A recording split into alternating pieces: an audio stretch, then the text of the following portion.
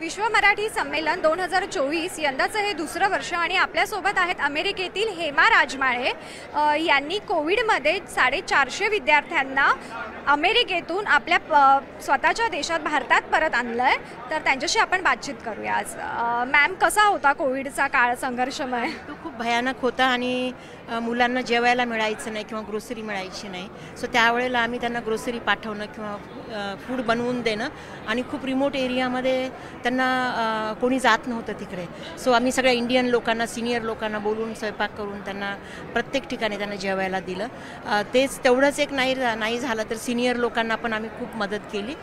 Plus ॲक्सिडेंटमध्ये जी मुलं अचानक जातात किंवा मरतात किंवा हार्ट अटॅकनी खूप मुलं मेली त्यावेळेस किंवा ह्या कोविडच्या इंजेक्शननी म्हणा त्यांच्या डेड बॉडीज इकडे पाठवणं किंवा त्यांच्याबद्दलचं फ्युनरल करणं, ह्या सगळ्या गोष्टींचं म्हणजे त्यावेळेस मला जरा चान्स मिळाला हे लोकांना मदत करायचं। तुम्हाला अमेरिकेतील मदर इंडिया म्हणतात, तर त्या संदर्भात काय सांगाल?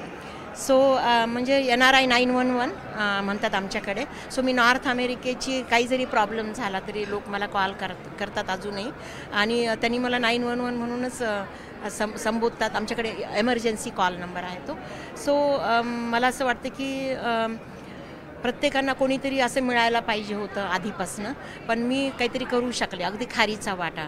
आणि मला असं वाटतं की ते नाव त्यांनी जे दिलेलं आहे ते बरोबर आहे आणि बऱ्याचशा डोमेस्टिक व्हिक्टिम ज्या आहेत त्या पण म्हणजे मी त्यांची खूप सोय करते किंवा त्यांना त्यांच्या मुलांना घरी घेऊन येणं, घरी ठेवणं किंवा त्यांच्या म्हणजे असं कॉम्प्रोमाइज करून नवरा बायकोला हे करणं, ह्या पण गोष्टी या कोविडच्या काळामध्ये खूप झालेल्या आहेत। प्रमाण खूप वाढलं, म्हणजे त्यांचं डिवोर्सचं प्रमाण वाढलं वगैरे ते झालेलं आहे। आणि मी आता इथे दुसऱ्यांदा आलेली आहे तुमच्या विश्व मराठी संमेलनमध्ये।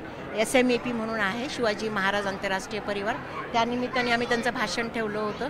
सो त्यांनी पुस्तक पण लिहिलेलं आहे शिकागोच्या ह्याच्यावर, त्यांच्या व्हिजिटवर। आणि माझ्या मुलीला खूप गर्व आहे की ती मराठी फॅमिलीमध्ये जन्मली, कारण तिला स्पॅनिश टीचर 100पैकी 100 मार्क मिळतात, कारण तिला क्ष ज्ञ ळ म्हणता येतं, कारण मराठीमध्ये आहे।